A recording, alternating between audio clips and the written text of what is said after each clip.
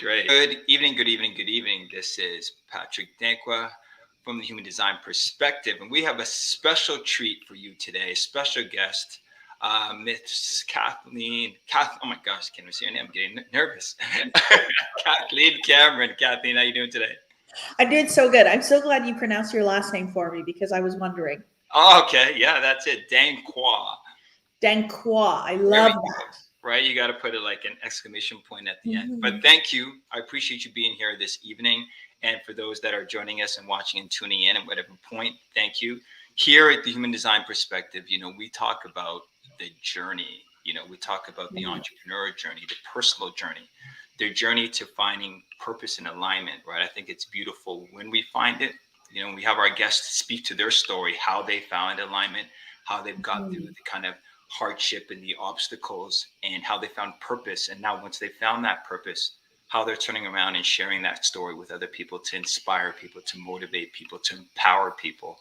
And sometimes the story is raw. So we're going to get the raw version today, from raw to reality, with Kathleen Cameron. How you doing?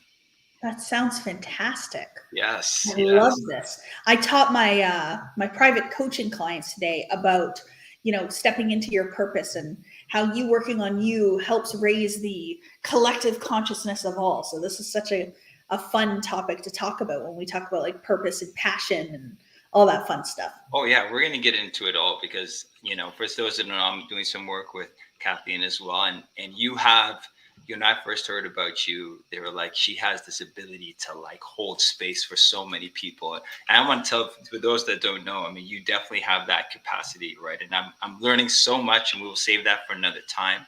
But yeah, it's exciting. So having your energy here is amazing. We're gonna try to dive into it all, but Mhm. before we start, why don't you kind of let people know a little bit of what you do and how you do it? Yeah, so good.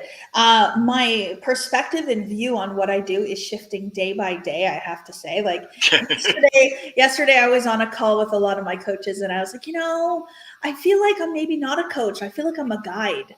Mm, Like it's just I feel like it's shifting so quickly. But I just love to inspire and to teach people. And I own a big success network. I say the number one global success network in the world, Diamond Academy. And so it is an 8-figure business. We do about 1 million in revenue a month through our coaching program. So I see it as an educational institution in which we teach a different way of living your life, and it's a life of choice and of freedom that comes from the inside out. ooh, I'm an author as well, so I wrote a beautiful book, and my dear friend, who we just lost this week, wrote the foreword of my book, Mr. Bob Proctor. So that has been an incredible part of my journey. And I'm moving on to so many other things too. And I teach about money, I teach about personal transformation, law of attraction, manifestation. I could go on and on and on, but I'm just so passionate about what I do. And so I just love to share it. And I think that's the expression of my energy is being felt, and it's attracting people who are looking for this type of energy. So I'm super grateful. thank you, absolutely, and I think you're right. I think that's what it is too. Like what resonated with me, and I think what resonates with a lot of people when they see you, when they hear about you, especially your Mm, journey, is just the process, how you took it, how you embodied it, mm, but how you shifted and transitioned. It wasn't just I'm motivated, but I'm transformed and I've oh become and yeah. I am this thing, right? And I really wanted you to maybe take us through that journey because I know when I heard about that journey, I was like, I need to get this lady on the Yeah, yeah. phone and I need to be in her presence and I need to absorb anything I can so I can learn it, retain it. But oftentimes, birds of a feather flock together, like you learn from your ecosystem. So it's like your story has so much power and nuggets in it. Maybe you can Mhm. discuss kind of how you made that transition because it's not always easy. So we won't even paint the beautiful picture. We can start from the hard part. Yeah, yeah. It wasn't long ago, actually. It was like less than 2.5 years ago that I decided to quit my job as a registered nurse.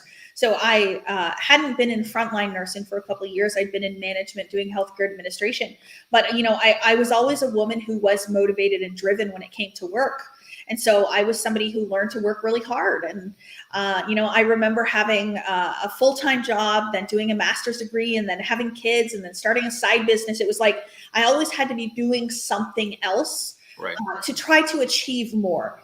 And I got to a breaking point in 2019 where I ended up just quitting my job. I had gone on to, I had to go on sick leave. I was having health challenges. And I was just so uninspired and exhausted and burnt out. And I decided, that's it, I'm done. And so I had a little online business at the time. And I said, I'm going to grow this online business into something really big. And of course, the teacher always appears when you are looking. So after I resigned from nursing, we downsized. We moved to a smaller house to be able to manage the one less income. If only I knew what I know now, but it's a totally different story. But I ended up, Bob Proctor came into my life in one of his programs, and I started learning about law of attraction and power of the mind.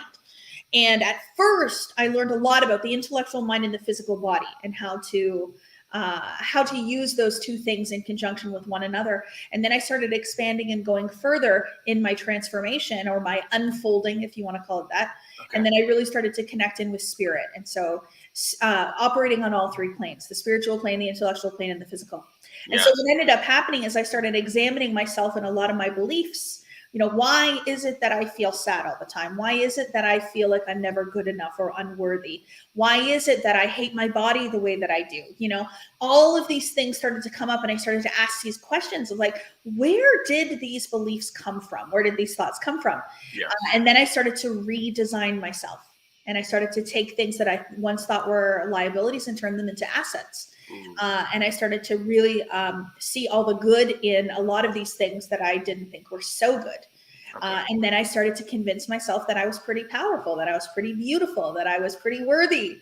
And then the success just started to come. And so I started to grow my online business like crazy. I started to manifest some beautiful things, TV appearance opportunities, writing in a book, being asked to write a chapter in a book, like all these things that I was writing down that maybe one day I would do started coming at me. And then I had a thought, what if I could help other people to feel the way I feel? Yes. How could I help other people to go within and transform themselves in this way? And that's when I decided to become a coach with Bob and launch my business, and just skyrocketed up to the top of his organization. So that was really exciting. And then in September, I branched out on my own, and now I have all my own programs and my own courses and my own business. And so it's been beautiful. Now I teach in my own feminine way, the ease and flow. I teach a lot more spirituality and things like that, but I'm just grateful for it all. Yeah. And so that's kind of the journey that I took. And it's only been just over 2 years. I love that. I love that. And there's so much in there, but the fact that it's been over 2 years too, is just shows like you've been really in alignment, which I love what you said. Now you mentioned something too. You said, bringing all the planes together, the spiritual, the physical, and the intellectual, right? When we're manifesting and bringing in what we want. And I find that a lot of times we get stuck, like we create our own obstacles. So there's fear, there's anxiety, there's like, I don't think I deserve this worry. And then we start to attract that. So although we want to live this life of prosperity and abundance, we end up attracting all this worry and fear and doubt, and then we end up doing this. And what I wanted to pass on to you to maybe help answer us is, for those that aspire to live in a prosperous life and an abundant life, but then I'm blocked by these obstacles of fear and doubt and worry, where do they begin? Because you are what you think of most of the time. So how do we get past that threshold? I always, what I've learned over the past 2 years is that the first step in any manifestation process isn't actually to decide what it is that you want, but to actually become aware of who you are and how you see yourself, and become an observer of your own thoughts. And so in that self-awareness, you're going to get a lot of learning. And so, how do you know that you have all of these worries that are keeping you up at night, and what those worries are, unless you are aware of what it is? How do you know what thoughts are triggering you to feel unworthy if you aren't observing your own thoughts? So for me, awareness is really the key. And so anytime somebody has an aha moment with me and they're like, oh, I think like this, or, I worry about this, or I have this thing that I'm afraid of, I'm like, oh, I'm so glad you became aware of it. Beforehand, like you couldn't do anything about it until you were aware. So awareness is always the first step. Right. But then the second step is then deciding what state that you want to be in. So if you don't want to be anxious, Yes. then what do you want to be? You want to be in a state of calm and assurance, and you want to have this like knowing that everything's working out for you. And Right. if you don't want to be scared, then what do you want to be? So sometimes it's, I want to be excited, not scared. Yes. Sometimes we get a bit confused. We think we're scared or we're afraid. We're actually just excited or we're nervous because we haven't done it before. And then, if you want to be, if you don't want to be unworthy, then how can you decide then to be worthy? And what does that feel like? And so when we create a new idea with the intellectual mind, so this is where, awareness really, really comes in, is you create a new idea and then you start to nurture the belief of that new idea. So let the weak man say, I am strong. So instead of continuing to say that you are scared or that you're unworthy or that you're anxious, you start to say the opposite. No, I am not scared. I am excited. Yes. All those beautiful things. But it really has to come from within you first and you being aware of it before you can shift it. Yeah. And does that apply to, like, that makes me think of not just, and perhaps there are parallels, but it makes me think of maybe people who are wealthy or who have money, but they have this false sense of security, this lack mentality. So they save a lot of their money instead of maybe allowing it to circulate and spend the money, because there's this fear like, oh my gosh, if I spend it, then I'm going to lose it. So let me just stash it and let me accumulate it. And they're making money, but it's not circulating and staying. So it's almost like because they're saving it, it doesn't exist almost. Well, money that's sitting in a bank account has no value. I know we learn about RSPs. Well, we're Canadian, so we know what that means, but I don't know what they call it anywhere else. But like retirement savings, you put money in retirement savings and you're like, oh, it's growing by a percentage, like over the course of my lifetime. No, we're talking about like literally hanging on to money, leaving it in a bank account with absolutely no use doesn't make you feel very wealthy and very prosperous. Right. So prosperity is what you have when your money is spent. Living a wealthy or prosperous life is experiencing the feelings of financial freedom, time freedom, the ability to go anywhere in the moment that you want to go there, to be able to quit your job if you don't like it and find a new one, like whatever it is. And so people who are saving and hanging on to money, there is an energy in there. There's a lack and limitation type of energy that keeps you keeping that amount of money in your bank account and not circulating much more. And so I know now, and I have a whole course on this that you're taking, so a lot more of this. But I truly believe that the more that I circulate money, the more money comes in. And when I feel wealthy and abundant and prosperous, I truly do bring more wealth into my life. I keep seeing it time and time again. So anything is an investment, not just retirements or stocks or property, but the car that I drive. People say that the car is a depreciating asset. I feel like a badass in my car. I love that. And so when I drive in that thing, I am feeling great. And so we know that law of attraction, we attract how we feel. And so every time I'm in that, I'm attracting things to me. I feel it. And so it's a different way of thinking than most people would think. Yes. But me shifting into an abundance mindset or a wealth consciousness has honestly been one of the most transformative experiences in my life, obviously. Yeah. And I could see that being, thank you for sharing that. I could see that being a challenge for a lot of people, just stepping into that and fully embracing it. Like I can feel them almost like a tug of war, stuck between they want to, hesitating to get through that threshold, that terror barrier, so to speak. Yeah, right? You got to let money, you have to let money stop having the power over you. Money had power over me for a long time. I used to work 16-hour shifts. I did a 24-hour shift once as a nurse because I wanted the overtime. Yes. I wanted the hourly wage of like double time. Yeah. So I was literally willing to stay up all night and do a super extra long shift to have more money in my bank account.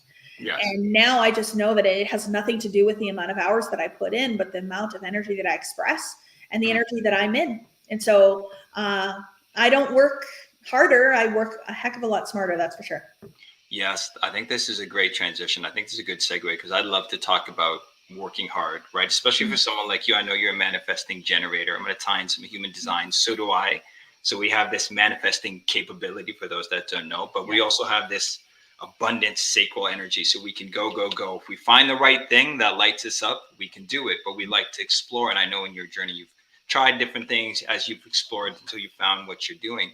But you talked about, now I'm not working hard, I'm working in alignment. And oftentimes we tie our value and working hard, and we say we need to do that in order to make the money, right? And I want you to talk, like, how does one really step back and say, you know what, I can control my schedule, I can work less but still produce more, because Yeah. we tie working more hours to making more money. Yeah, totally. Yeah, I was totally that way for 30 years where I was just always go, go, go.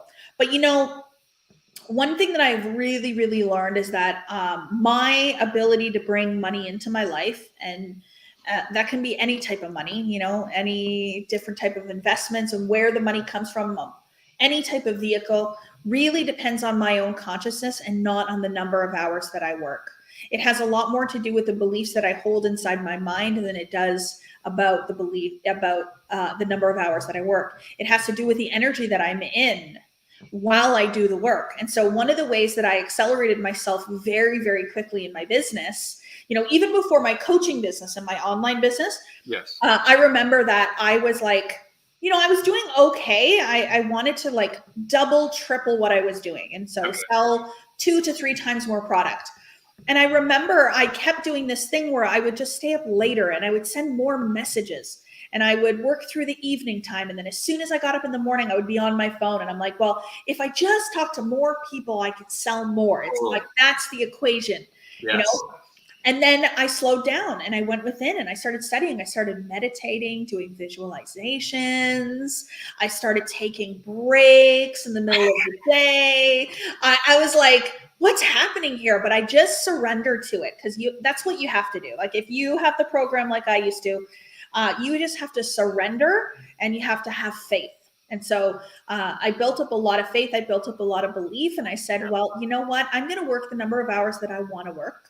I'm going to make sure that I feel really good about it. And I'm going to have faith that it's all going to come together. And I remember that first month of October, I manifested like $21,000 in my business in that month of October. And I'd never done more than like 3,500 in a month. Like even in my nursing career, I brought in like $21,000 and I was like, wow, I did this. And I didn't even work hard. I think I was like in Florida while I did it. And so I'm like, this is amazing.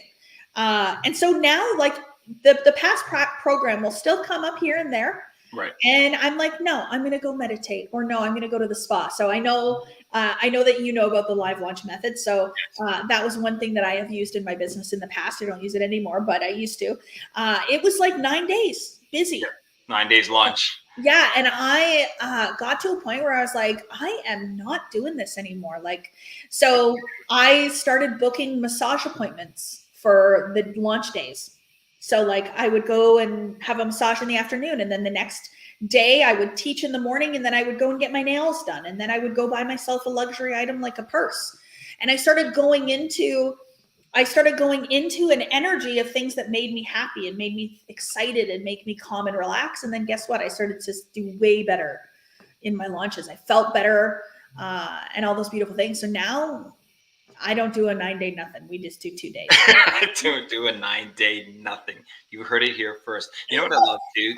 That surrender, yeah, that surrendering process that you talk Oh, about, yeah. like it's so challenging, especially if you have this paradigm. And I know, we all come from this school of hard knocks, like Yeah. the pitching, the hardworking. So that shift, I feel like, is where is the first hurdle for a lot of people. But like once you do it, it's a life changer. It's a game changer. Yeah, it's there's surrendering to the hard work, but then there's also surrendering to the idea that your goal is already achieved. I think this is probably the next hurdle that most people can't really get over, is because they're not quite sure that it's going to happen, so they Right, hope because it they can't happens. feel it, they can't see it, they can't hold it. Just believe that it's done. Like it is How? really that simple. Believe that it is done, and will all come together for you. But you have to surrender to that. You have to surrender to the wish fulfilled. I love that. I Yeah. love that. You know what I also want to talk about too is, as we talk about that belief, sometimes I feel like because of conditioning, there's these beliefs around, and you and I spoke about it. So I'm just giving you an opportunity to elaborate it. It's like, in order for me to be wealthy, In Yeah. order for me to be rich, I need to look a certain way. I need to Mm. carry myself a certain way. I need to be like this person. And if Yeah. I'm not, then I won't accumulate wealth. Wealth will not come towards me, or maybe I don't deserve wealth, And when you mentioned that to me, I thought that was powerful because I feel like that could be a paradigm for a lot of people that's holding them Oh, back. yeah. I can never be wealthy just because of these factors. Yeah, totally. And so when I first got into the coaching industry and I decided that I wanted to teach this material, it was essentially a lot of people that were identified themselves as like success coaches Right, or peak performance mentors. right, And so there was this energy, it was a masculine energy for sure. And I don't mean like men versus women, I mean the feminine versus the masculine mentality or energetics. And so there was this masculine energy around the industry.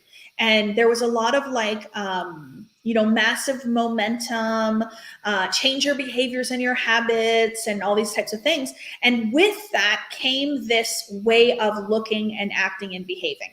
And so when I first got into the industry, I felt the pull to kind of conform to that. So it was like, okay, everybody is wearing business suits and ties. The women are wearing the business suits with the the skirts. blazer. Yeah, they have the beautiful hair and makeup is perfect. And majority of people in the industry are thin and fit.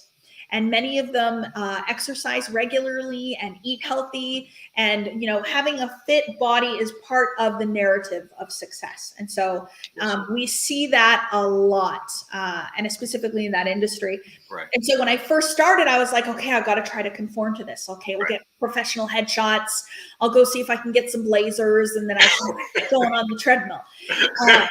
But I had done so much work on myself, self-image wise, like my Right. identity and concept of myself had shifted so much that I was like, no, I was resisting it because I was like, listen, I am beautiful right now in this body that I am in. I am curvy, but I am just as capable as anybody else is achieving success. And then I wanted to wear clothes that were a little bit different and maybe weren't more colorful or bright, or maybe sometimes a little bit more casual or whatever it is. I have tattoos, obviously. I see. Yes. I just got a new one yesterday. Did you? And I love how you always sport it a little bit. You always show a little bit of it. Always. Why have it if you can't see it? And even People shame, Kathleen. Sorry, not to yeah, cut you off. no, but it's about expressing yourself fully, who you are, and being able to express, knowing that how you look really doesn't make a difference on success. And so if you continue to think that you have to look a certain way or behave a certain way to achieve success, and that's what your reality is going to be. So one of the biggest thing that people say to me in Messenger is that I proved them wrong. This comes from a lot of women, and it's women that are in a curvier body. They will say, "You proved me wrong," and I'm like, "Do tell." And they're like, They seriously thought I had a belief that because of the way I looked, that I wasn't going to be successful, and you just proved that you can look any type of way and love yourself. And achieve momentum and success in your business. It's the belief that you can't that's holding you back, not actually how you look. Yeah. And so it doesn't, my story is about body image and how I see myself. But there are people that, they're not having the same educational requirements as others is the thing that's holding them back. Some people, it's how tall they are or how short they are. I had one woman who was transgender who said that she actually allowed that to be something for her that held her back in her life, and the fact that she had transitioned. And so for me, it was body image, but everybody has that thing that you see as maybe a liability or a weakness. But once you see it as a strength, it makes all the difference in the world. So now I see myself and my uniqueness as 100% like it's what sets me apart. Mm. Yeah. I love that. I love that. And Derek also said he appreciates that, a confident woman that loves themselves. And it's Yeah. funny, him and I we're talking. I hope you don't mind us me sharing this, Derek. Some of those beliefs, we put ourselves in these paradigms and we hold ourselves there. And he's taking this vacation now. It's like, I'm so proud of you, because as entrepreneurs, we work so hard that we get into this habit of, we will fill our schedule with as much as we can because we want to make sure we're working. But it's getting to that place that you talked about where we just believe that the money will come in, Yeah. things will come that we want, we can have the ideal schedule. So Mm-hmm. everything you're saying definitely lands and hits with me. I love that you shared that, Kathleen. So good, Derek. I love that, Derek.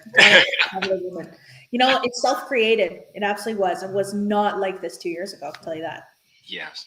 Yeah. So as we start to kind of wind down here, what I wanted to ask you is, I like to ask a question around going from raw to reality, right? Mhm. Making that journey from like you're being in the muck to kind of transforming. And when you look at money, transformation, wealth, what is that message that you want to leave people where, it's a transition from going to raw to reality? What does that mean to you? Yeah, that's so good. I just know from my own money story, how I allowed money to control me for so long. The best thing that I can say is no matter where you are financially right now, no matter how much money you have sitting in your bank account or how much debt you have that you're super, super focused on, whatever that is, that really doesn't matter because you can create a new idea of prosperity in your own mind. You can convince yourself that you are rich in all areas of life and you can bring more money into your life. So a wealth consciousness is created in the mind. It is strictly an idea that is held there. And so change the consciousness, change the beliefs, and you change everything about yourself and what you bring into your life. I've had a month where I focused so much on just how much I love money, how much I love being able to use it, how much it has changed my life, and been super grateful for it. And it was one of the biggest months. I moved, I think, like 1.75 million in 1 month. Yeah, it was big. But I truly believed that money was ever abundant and available to me. And that's what showed up. And so I started this journey with $50,000 in debt. Oh, And wow. I didn't know that part. oh yeah, and I've just moved myself to a completely different place in my life. And so I truly do believe that it has everything to do with my own thinking. I convinced myself that I had 50K in the bank instead of 50K debt, and it changed it all for me. So it can shift. It can shift quickly. People ask me all the time, "How do you quantum leap?" Because that's what's happened to me. I've had quantum leap after quantum leap. How do you quantum leap? You decide And you want to with ease and so quickly. How? Yeah. You decide that you're up for a quantum leap. You're like, here we go. I'm ready. Let's do it. And you have to believe that it's possible for you. That is 100% the first step in doing it for sure. I love that. Kathleen Cameron, thank you for joining us today. Thank you for sharing all those nuggets and those life hacks. Guide, mentor, manifestator, change your consciousness, change your beliefs. Thank you, Kathleen. Absolutely. Thanks for having me, Patrick. And maybe we'll get together soon because we're not far. Absolutely. You take care. Yeah. Okay. Night.